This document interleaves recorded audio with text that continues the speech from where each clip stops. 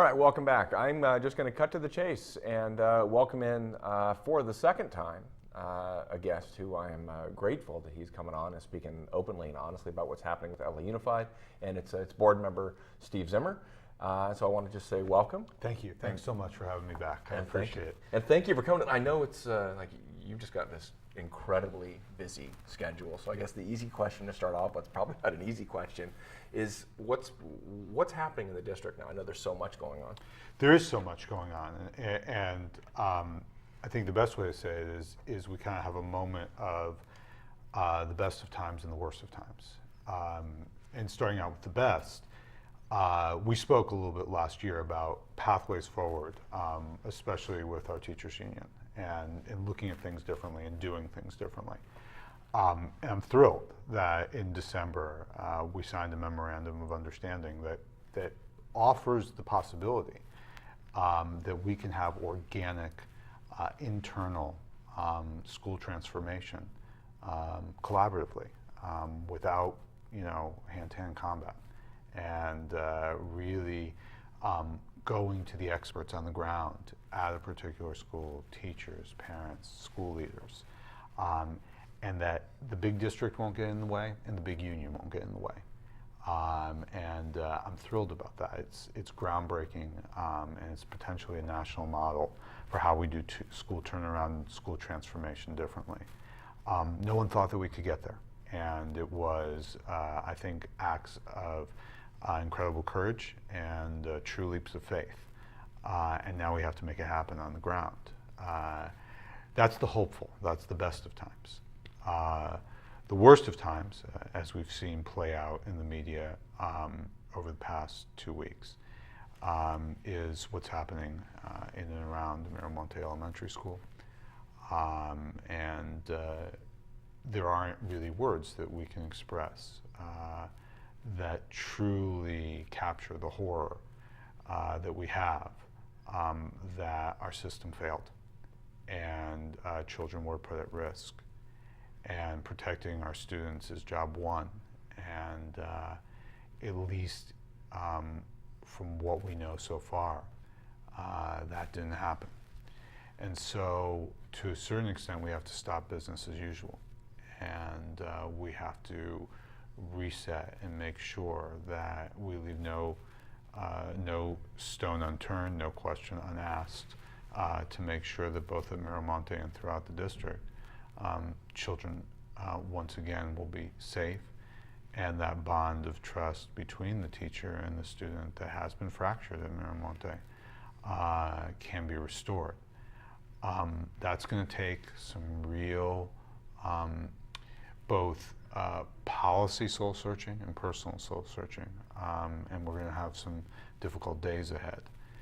But I think the commitment of the school board and the commitment of John Daisy is to not run away from the bad facts, to not try to hide, to not try to cover things up, to be very transparent, tell people the truth. And that's the only way I think we can restore trust. The other piece, of course, of the worst of times is the budget.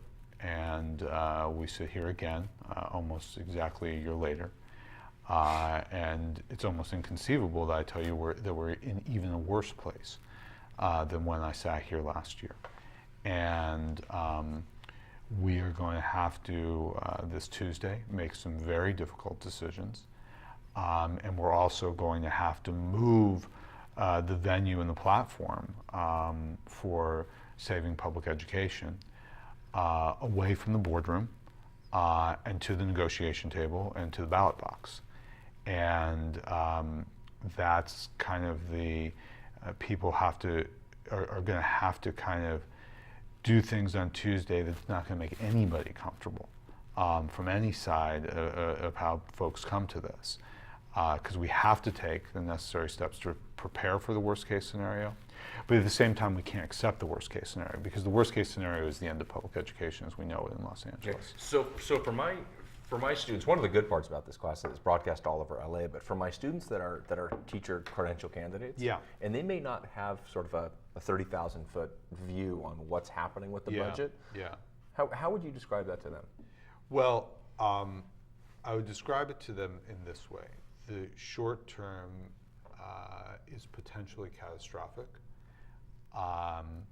But we can't allow, the key word here is potentially. We cannot allow anybody in this city who cares about public education, whether they believe LAUSD has always done a great job or hasn't always done a great job, anybody who cares about public education kind of has to take a pause and a deep breath and say, we can't let we can't let this part of our social fabric disintegrate. So in the short term, I think for credential candidates, it's really important to get involved right now in what's happening, to look at the different policy options, to look at the different revenue options, to look at how we do negotiations and contracts to make sure that we all survive this together. The long term, which is very hard, I think, in the era of Facebook and Twitter to project, 3 years, 5 years down the road. The message to credential candidates is we will need you. This district will need you, the state will need you. The cuts that are happening have got to be temporary because we know that there's a retirement bubble coming. And when that retirement bubble hits, we're all of a sudden going to be in teacher shortage again. Yeah. That's the madness of what's happening right now, that we are having conversations about even more layoffs when we know 3 to 5 years down the line, we're going to need all these folks back and more. But we are basically handcuffed by a budgeting process that not only doesn't put kids first, doesn't even have kids anywhere on the radar screen in Sacramento or Washington. Yeah, because I know that and this was a question that I got, was that in December there was a board vote that ended up changing the threshold for Title I funding from 40 to 50%. Yeah. A lot of schools lost funding. You know what the projections are for next year? Because I know that funding got restored. Well, yeah. So we did do because of the kind of unprecedented nature of the cuts that are happening. In conversation with Dr. Daisy, those of us who supported the idea, the policy decision in terms of what Title I funding is about is not a difficult policy question. Title I funding is about concentrations of poverty, and the decision to make sure we're following both the spirit and the letter of the statute is not a hard decision, both from a policy perspective and from a civil rights perspective. The problem is that we're in a free fall, budget catastrophe, and so schools that are already impacted stand to be impacted more. So what we did is we went back and figured out a formula to continue to be fair and not roll back kind of the policy and civil rights decision, but to do the best we could to hold schools harmless at least for a year. When you peel back the conversation with folks at certain schools, the conversation is really not about Title I funding, the conversation is about funding. Okay. Folks don't really care where the funding comes from, they just want to make sure that the programs that are working at their school get funded. And so that's part of the equation. The second part of the equation, which we bought ourselves a year to deal with, is the very complicated issue in Los Angeles that's different from almost everywhere else in the country, is that because of the way Los Angeles works, there are pockets of poverty even in areas of affluence. So what do we do about a child who qualifies for these services and happens to be, by happenstance of geography, in a school that is much more economically diverse? Child still needs the services. We've got to figure out a way to alter that delivery system. So that's where we're at with the Title I question. So when I know one of the pieces that one of the questions came up is, if that funding is reduced, and right. You have programs, whether they're magnet programs, whether they're sports programs, music programs, but I keep hearing, well, adult ed's on the brink and magnet programs are on the brink. What do you project as some of the funding shortfalls, and what can people do? Well, I think that at the Title I schools, if we can kind of get through this year and look at our formulas differently, and to also give folks some time to, explore other funding options. I mean, because it's very, very clear. I mean, there's been a lot of protest about, how could you change the threshold? And then when you get folks kind of beyond that, it's really about make sure you keep funding this program because it's working for all kids at the school. And so if we're there, I mean, we just have to be ultra creative about, it's not, and let me be clear, it's not about parents raising money for these programs. It's about identifying the funding sources that are out there and making sure that we're extremely intentional, extremely strategic about how we keep the best programs going. There is no desire from anybody on the board or on the district to cut successful programs. In fact, a few weeks ago, we also passed a resolution on the board called the Expanding Enrollment Resolution because we want to actually grow the programs that work. We understand that as more and more folks come back into LAUSD, especially folks who have made different choices before, that is going to alter some of the dynamics as schools become more economically diverse. And that's a good thing. We just have to be strategic about it. And LAUSD has a terrific track record of being reactive, and even when we're being proactive, not being strategic. So we have to rethink that. Yeah, when you were talking about enrollments, one of the other questions somebody emailed me was, will the magnets be increasing enrollment? And what do you? Yeah. I remember last year we had this talk. It was the magnet coordinators were on the brink. Yeah. And Yeah, I mean, so we've looked at some very specific programs and asked the superintendent to present. We asked for within 120 days, or essentially 4 months, to have a comprehensive strategy for growing enrollment that includes magnets, dual immersion programs, international baccalaureate programs, schools for advanced studies, specialized arts programs. These are programs that we see span schools. These are programs that we see families investing in, choosing. And frankly, we're way behind the count in terms of having a comprehensive strategy to deal with that. So, I mean, not to deal with it, but to actually plan for it and take advantage of it. But it has to be comprehensive and it has to be strategic. So I'm looking forward in April to getting that plan from the superintendent. Yeah. And I just want to backtrack. So you had mentioned that Tuesday was going to be a big day. Tuesday is a huge day. What for the folks that, again, for my credentialed candidate students, if they were to take take the roof off of what you guys do in these meetings, how does that relationship, how do those negotiations work? Because I remember, when I was a teacher in LA Unified, we would hear reports, but I was never at the table. Yeah, I mean, I think that we've tried to do more to get the voices of the folks who matter the most, our families, parents, our teachers, and our students. Injected into the conversation. The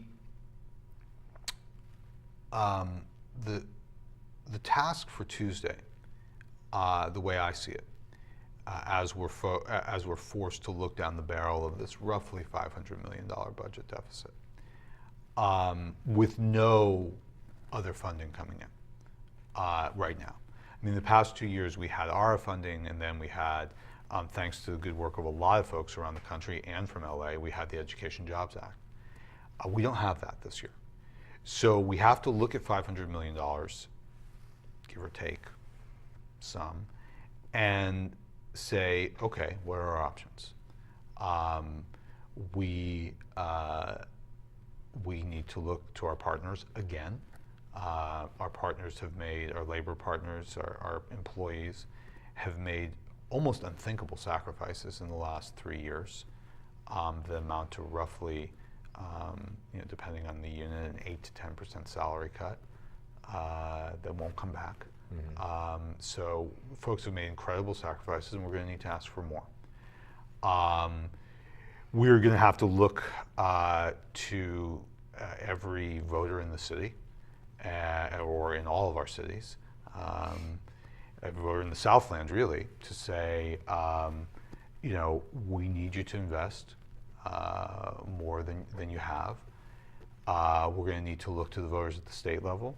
And then we need to be continuous about our keeping one piece of the focus on federal funding.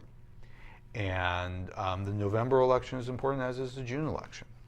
I think I will urge strongly that if we have a parcel tax or some kind of other local revenue ballot measure, it would be on the June ballot. I'm not interested in competing with the governor and the other measures that are coming up in November. And I also think that June gives us an opportunity to truly focus folks on the issues of what's happening in LAUSD. Have an honest conversation, not run from the bad facts, but really touch people at their core of, whether or not they have kids in the school right now. You drive past that neighborhood elementary school every day. You see parents all over the city and grandparents walking their kids to school with the same hope and the same determination that folks who have come to this country for generations have had. I think it's an American value, and I think that people will invest in it. We just have to make sure that we really bring that conversation to folks in the right way. What do you anticipate is going to be the ask of teachers in terms of more furlough days? And I think that the ask of our partners and of teachers is to say, we cannot have these catastrophic cuts. We cannot cut adult education. We cannot cut early childhood education. We cannot cut our arts programs. We cannot raise class size anymore. We're also broke.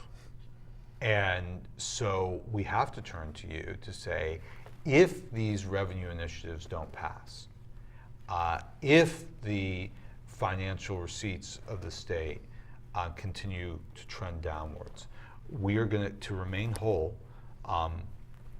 we're going to have to ask for more. Whether it's furlough days or salary cuts with a plan for restoration, whatever it is, we basically need our bargaining units and our employees to be the backup plan. And we also may need some things up front, but if revenue does not come in, the only other thing that we can do other than cut is to sacrifice. But this time it has to be a sacrifice to remain whole. And I think folks have to believe that we're going to remain whole, at least as whole as humanly possible. And I know a lot of times, and we discussed this last year, and at that point, I think you used the expression we're like cutting into the bone now with regard to administration. And I was reading on the news online, the lovely internet, that one of the things the superintendent is considering is reducing the number of local districts and trying to save administration jobs. I mean, that's correct. I mean, with the understanding that we reached with UTLA, and with other things that are going on in terms of decentralization, we have to move towards more autonomous local school families, decisions made closer to the school site, closer to the classroom, a focus on achievement and not on compliance, and a real kind of stripping down of a older bureaucratic model that does not have the flexibility and the dexterity to really manage public education in the 21st century. So I'm actually, for that part, I'm very excited, because and I don't believe that there's opportunity in crisis. There's only crisis in crisis. Mm-hmm. But there is a moment right now because we're beginning to think differently. And as much as we're forced to think differently in terms of looking at our old structures and replacing it with kind of new concepts, that is exciting. And that has to be part of our work as well. Yeah, because I just wanted to make, because a lot of times we end up talking about teachers are going to sacrifice in this, and people always come back and they say, well, yeah, but there's never making any cuts at Central District. We've got all these. We've reduced, but what people don't realize is that we've reduced the Central District by well over 50% in the past 4 years, and there are sacrifices with that. we cut things that, and we cut things away from the classroom when we looked to add psychiatric social workers this week because we need an entire, platoon really at Miramonte. Tragedy is some of those folks have been laid off, and we had to go, and we had to go back to those lists and bring people back. Yeah. So I mean, it's important to remember, of course, that even as we change our bureaucratic structures and we break down the bureaucracy, bureaucracies are also people, and there are also going to be painful cuts in that. And the more important thing, I think, than anything else is that we have to start thinking differently. We have to start understanding that the folks who know kids at any given school the best are the folks in that community, not folks at a big building downtown. And if we can get out of that kind of paternalistic we know best, mm-hmm. and our function is to make you comply, and change to you know best, and our function is to serve your initiative on making this change and improving this achievement. Not only will we have a better functioning organism, we'll have a system that people believe in more because they'll truly own it. Yeah. No, I mean, we talked about that last year as well. Let me just read a couple of the questions from the students, because I know I've got a couple in there and I want to encourage them. Kara asks, with all the recent issues of teacher misconduct, I'm wondering who within the district is in control and held responsible for these issues, and what steps are taken to reestablish trust with everyone, which I know we touched on earlier. Yeah. But no, it's a great question. Thank you, Kara, for that question. Well, first of all, Superintendent John Daisy is absolutely in control. I'm not sure the man has slept in the last 2 weeks, and the pressure and strain on him and his team has been truly unprecedented in this crisis. I applaud the superintendent for taking bold actions, even when they haven't been popular. We are, as in any large-scale investigation, we're very limited in terms of what we can say. And we are also working with the Sheriff's Department, who this really is a law enforcement investigation right now still. And the very, very painful and difficult act of temporarily relocating all the staff from that school is not something that any of us take lightly, because of the further rupture it causes on the ground.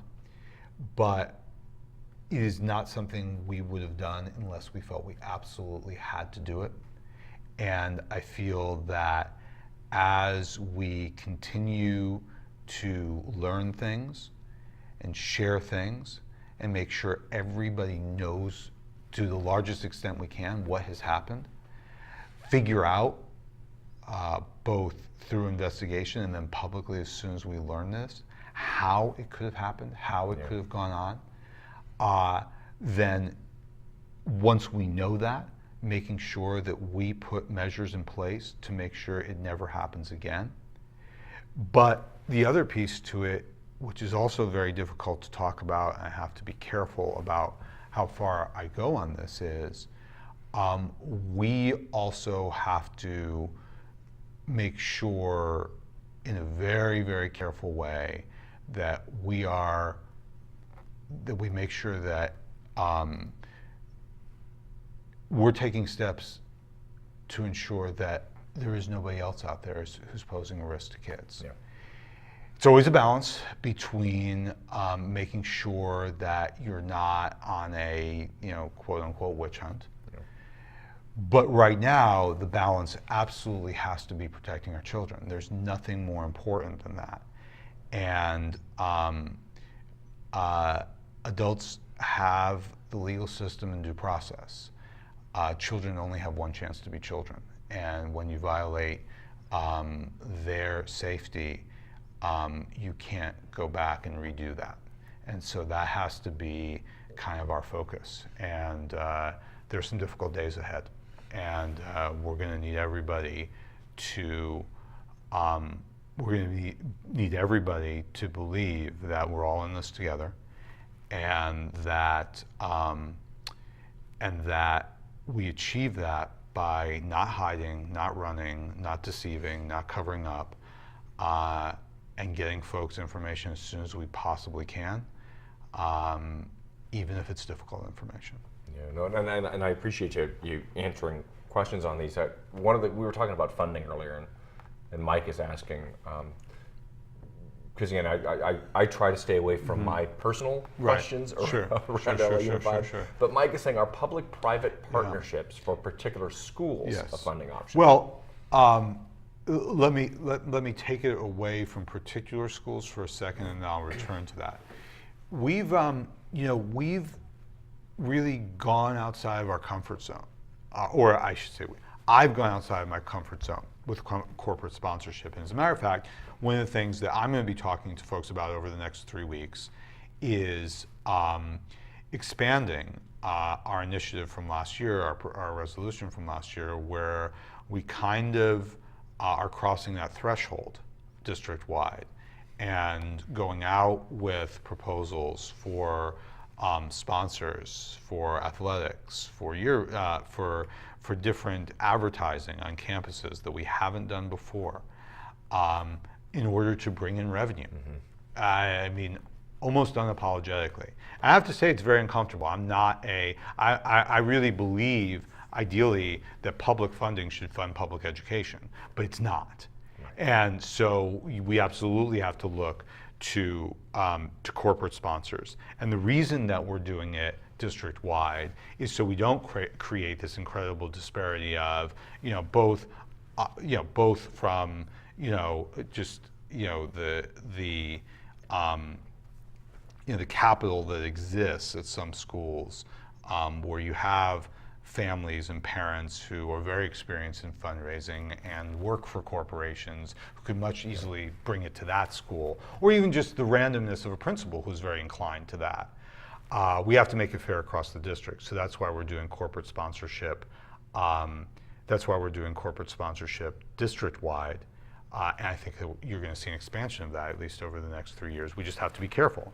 We have to be careful that we're not selling out our schools to corporations, and that's not a backdoor to privatizing public education. But in terms of limited sponsorships, I don't think that we have a choice. Now, at the individual school level, we see families, especially in non-Title I schools, raising unprecedented amounts of money to offset some of the cuts. That's part of reality. Yeah, and I know that becomes one of those challenges. And yeah. I mean, it's a challenge to make it fair. But then also, I mean, we have to turn to our corporate sponsors. I mean, Google in Venice has been a great example of a corporation kind of moving into a community and really immediately wanting to make an investment in the local schools. We've got to help school families across the city, access grants, access, different ways of financing things that, we've done before, but we just have to step up those efforts. Yeah, no, one of the other questions that somebody was asking me, speaking about funds, was that I know that the legislature voted to reinstate bus funds, but doing so with per pupil cuts to schools. Yeah. What do you see the impact on LAUSD in that? Well, short term, I mean, look, we could not have a situation where we stranded our kids on the street corners. I mean, we absolutely have to. We've got to get kids to school, and for magnet schools and for children with special needs, this is not an optional program. I mean, we filed suit against the state. We were willing to go into our reserves. I mean, we had to fund this one way or the other. Will there be a widespread kind of small impact on that funding equation? I think so. As I analyzed it, if it's spread out across statewide, it's not a huge fracture. I mean, it is unbalanced, I feel real strongly it's better to keep that transportation funding in place.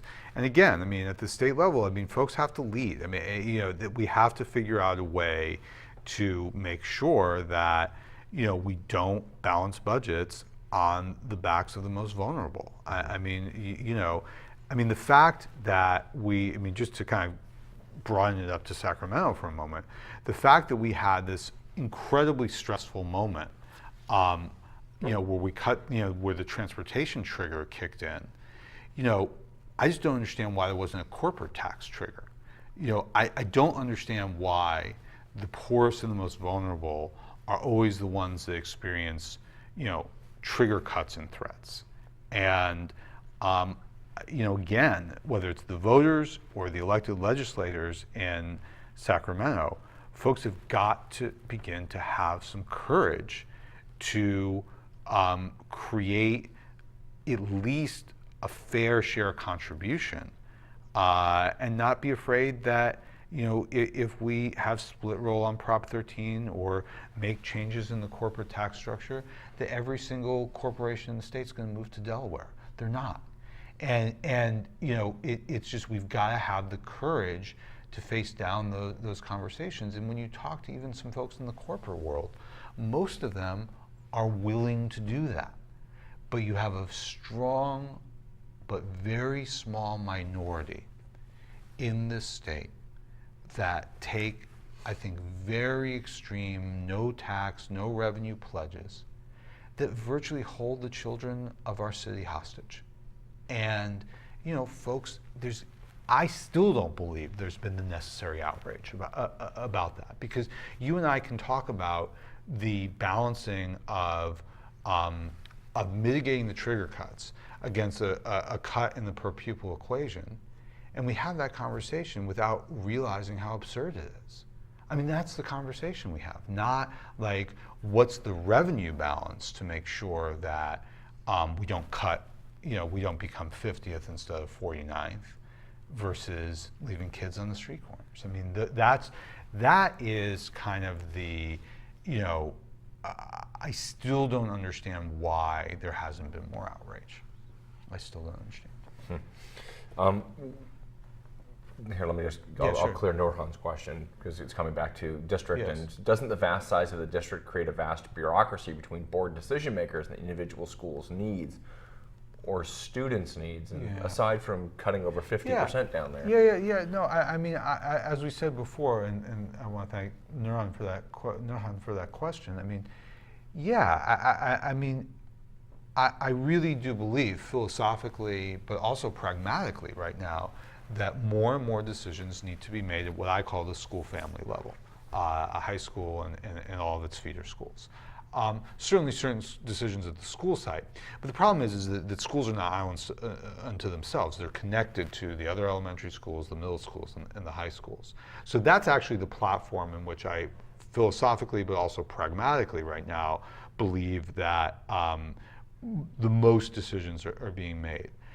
I would respond, however, to say that while there is some disconnect, I think I do, and my colleagues, and certainly Dr. Daisy and his team, I mean, we need to get rid of that building, and as soon as the real estate market is better, and it makes financial and fiscal sense, we will.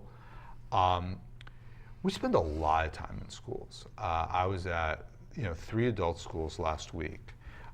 I do believe that when we make these, kind of catastrophic votes, that we have to go out and look people in the eye. We have to remember that these are not balance sheets and numbers. These are people. This is. I mean, when you go to adult schools or you go to early eds, I mean, I will tell you, for me, the most hopeful rooms I've ever been in my life are adult ESL classes. There is a rejuvenation of the American dream in those seats and in that room, and that energy, I have to believe, is not only a kind of spiritual driver that will get us through this crisis. Eventually, it's going to be the economic driver that's going to get us through this crisis. So we do spend a lot of time going out and looking people in the eye. It's a large district. It's a large district because there's no fair and equitable way to break it down. And so we are challenged, but in this day and age, I think people need to know that when they watch a program like this, or when they send in letters and they send in emails, especially if they're personal, we read them. You know, I mean, I got a letter from a woman named Natalie, who's in her early 20s, in adult school, you know, trying to get, you know, build up towards her GED. And she has children in both our elementary schools, but also in our early ed programs. Mm-hmm. So a single mother of 4 writing to me, you're going to cut me and you're going to cut my children. And this is how it's going to affect me. And she just kind of laid out her story. We read that. It makes a difference. And, you know, people can't pretend, and I certainly won't let people pretend on Tuesday, that this is a budget balancing exercise. This is a community sustaining moment. And if we value this part of the social fabric, if we truly remember that there are hundreds and thousands, if not tens of thousands, of Natalies out there watching what we're going to do on Tuesday, and in no small way, their life hangs in the balance. Their dreams hang in the balance. And this is very human.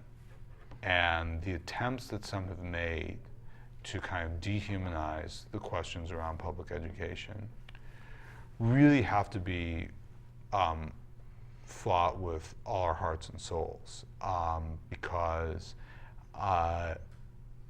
we know at the end of the day, whatever policy may look like, whatever you know, speechifying might take place, Natalie wakes up the next morning and needs to know that our school system is still there for her and her children. Okay. We have about 13 minutes left, so I did want to flip this into an area that I just live in every day. Sure. Which you and I have talked about, which is the magnet program. Okay. I remember last year, sort of came up at a lot of people saying at the 11th hour of right. We have to raise money to save the magnet coordinator. Right. And that's just a program that I just know when I've always been a believer in sort of the school within a school concept. Right. And I know that when I had Dr. Daisy on last year, he made a comment that he was a supporter of magnet schools, nothing was going to happen, and it just feels, it's been a little quiet. I always get a little worried when anything's quiet. What do you see as the needs of magnet programs moving forward? Because they are programs that have a history of really being impactful. Yeah, I mean, I think I think what we have to be able to assure people in magnet programs and some other specialized programs is, so we understand your baseline needs. We understand that we've got to figure out a way to get money for a coordinator, because I mean, let's just go inside the beast for a second. Like, what people who don't know schools don't understand is like, you know, schools are not like just these interchangeable widgets. You know what I mean? They're not like, you know, if you become a magnet coordinator, there's a specialization to that role and that job. It's a different kind of counseling. It's not college counseling, although it has some components of that. It's not pure scheduling, although you have to know scheduling. And it's not pure you know, student intervention or parent interaction, although there's a lot of that too. So this is a position that is kind of beyond just like a position number, you know, or a code. There's not just anybody can be a magnet coordinator. And so you have to, you have to say, look, okay, let's just not have this absolutely pointless argument anymore. You need to have a magnet coordinator to make magnets work, period. So let's get beyond that. How do you fund that? Mm-hmm. How do you make sure there's a clear funding stream for that folks never have to worry about it? Second thing, how do you, for magnets, how do you make sure that the transportation is in place, that folks have access to that program the way it's designed under the integration program in the district and by the federal government, to make sure that both for fairness and civil rights issues that folks who live in Huntington Park have the same access to LACIS or Bravo as students who live in the Pacific Palisades. That is what the kind of the baseline of what magnet programs are supposed to be about. That funding for that transportation should never be a question or a stressor. And then the training and professional development for teachers in magnets has to be something that also, we know that it's needed. Let's not have a conversation about an argument about, well, you need it, you don't need it. No, you need it. How do we fund it?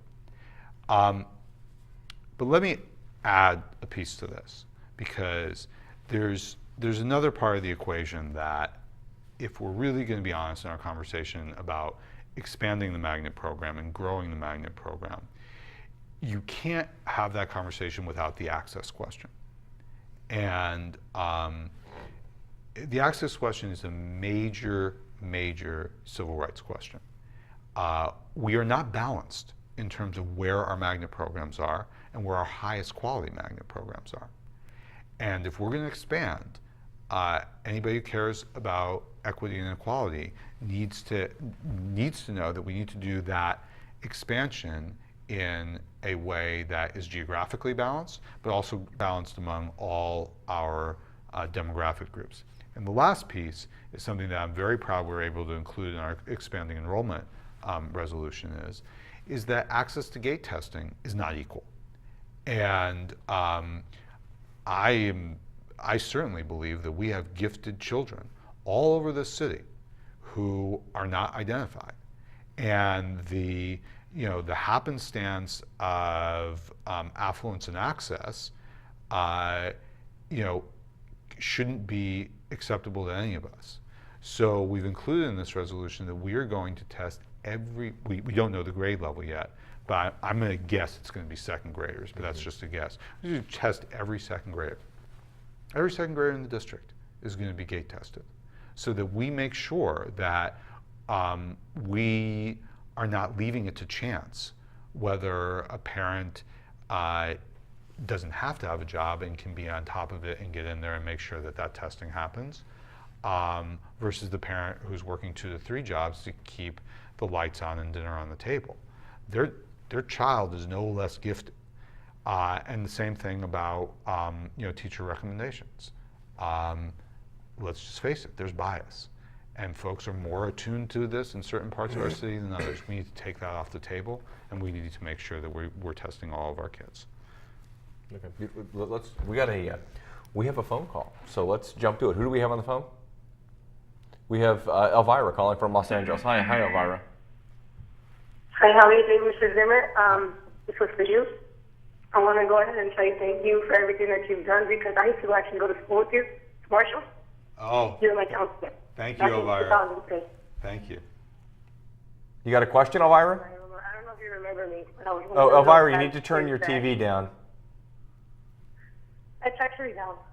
Okay. Oh, you don't? That was what you just wanted to call and ask that? Well, did you you have a question? I just want to go ahead and comment on that and tell him thank you that he's still supporting us, because he was one of the people that believed in me. And actually now I'm actually what's affecting me is the school team, the early education, because I'm actually going to school and working, and they're actually taking away schooling from my kids. So, and back in the day, Mr. Zimmer was one of the people who believed in me. So I graduated high school, and now that I'm trying to go succeed in my nursing career, I got this other barrier trying to knock me down, and I'm actually going to a protesting on the 14th so they won't do that to us, because I know how hard it is. Well, Elvira, first of all, thank you for calling, Elvira, and I'm so proud of you that you are that you're continuing to do well, and you're continuing to follow your dreams and to move forward, and I was blessed enough for 17 years of my life to work with students like Elvira, who, even though she may be calling to thank me today, we really need to thank her. But there are also thousands of counselors and teachers out there who have been blessed enough and honored enough to get the chance that I had to work with Elvira to follow her dreams. And it is a very poignant reminder that that the dreams don't end on the graduation stage. That's actually where they begin. And our students out there, like Elvira, who are continuing to work to make their lives better and to follow their American dream, they need early childhood education. They need our adult schools. And this is, this is a very human toll of a very imbalanced funding system in the state of California. So I am going to do everything that I can on Tuesday to make sure that Elvira's voices and the voices of all the Elviras are heard. It's my hope that we are going to be able to do something to not zero out early childhood and adult education and arts education, because I don't think any of the board members can live with that. But in order to do that, we're going to need Elvira's voice and all of the voices of the families on Tuesday. But then we're going to need then as I said, the battle shifts after Tuesday to the negotiation table and the ballot box. And I have to believe that there are Elviras all over this city who are going to go out and build this narrative as to why we need to invest in her and her dream. Not in me, not in LAUSD, not in that building. It's about investing in Elvira and her kids. And that, as I'm listening to her comments, I was reflecting to what you were saying earlier about, so you get these emails from these different people like Natalie, and I come with a perspective. I've got two kids in LA. Right. I've got one kid in LA Unified, one kid that's going to be in LA Unified. Right. I have a core group of friends that have kids in Right. either LA Unified or in private. And yet, a lot of times, some of the discussion comes up, and it's, why are we funding adult ed? Why are we funding early childhood ed? And it becomes it's a comprehensive challenge that the board is facing. Well, and it cannot be us versus them. One of the things that I think that we're going to see because of Natalie, because of Elvira, because of everybody is making the links that it's not, well, I can't just protect my school. I can't just protect because my neighbor goes to a school that's down the street that's just as important to her. I can't just protect my kids' program because they may be going into high school with a different program that could get cut. Well, I can't say, oh, fund early ed, but don't fund adult ed, because it is all part of this public education family. And the amazing thing is, and I'm not sure where Elvira was calling from now, but I've gotten these letters from all over the city, from the West Valley to the Harbor to East Los Angeles to the Northeast San Fernando Valley to the Center City, Pico Union, Echo Park, Elysian Valley, and everybody has the same message, that this is important to us. This is important to me. This is important to my family. This is important to my community. So we do, even in a moment of crisis, I do hope that we can pause and say that we do unify under these kind of core values.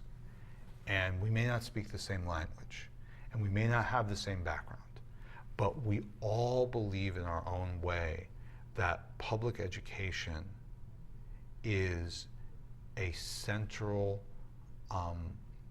part of our community. And if we lose it, we lose part of ourselves. And we have a minute and a Sure. half left. Okay. So, we don't have time to get into a lot of the superintendent's new evaluation procedures.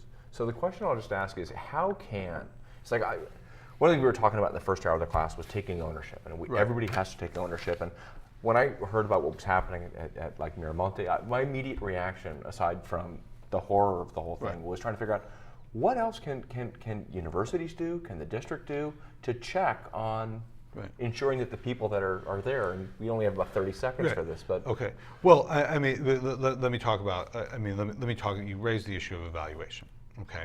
And we raised the issue of making sure that our kids are safe and the right people are in our classrooms. We have to remember that it is about evaluation, but it's also about training, support, and evaluation.